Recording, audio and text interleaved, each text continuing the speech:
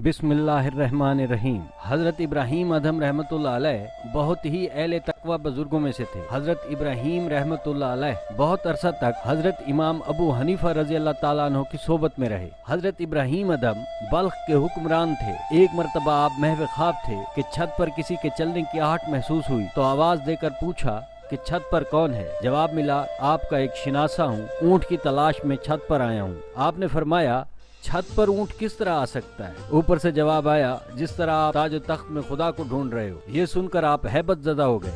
और दूसरे दिन जिस वक्त दरबार जमा हुआ था तो एक जी हश्म शख्स दरबार में आ पहुंचा। हाजरीन पर कुछ ऐसा रोब तारी हुआ कि किसी में कुछ पूछने की सकत बाकी न रही और वो शख्स तेजी के साथ शाही तख्त के नजदीक पहुंचकर चारों तरफ कुछ देखने लगा। और जब इब्राहीम अदहम रहमतुल्लाह अलैह ने सवाल किया कि तुम कौन हो और किसकी तलाश में आए हो, तो उसने कहा, मैं क़याम करने की नीयत से आया था, लेकिन ये तो सराय मालूम होती है, इसलिए यहाँ क़याम मुमकिन नहीं। आपने फरमाया कि बरादरम, ये सराय नहीं बल्कि शाही महल है। उसने सवाल किया, आपसे पहले यहाँ कौन आबाद था? आपने फरमाया कि मेरे बाप दादा। उसने फिर पूछा कि आपके बाद यहाँ कौन होगा? तो आपने फरमाया कि मेरे बाद मेरी औलादें। उस शख्स ने कहा, जरा तसव्वुर कीजिए कि जिस जगह इतने लोग आकर चले गए और किसी को सबात हासिल न हो सका, वो जगह अगर सराय नहीं तो और क्या है? ये कहकर वो अचानक गायब हो गया।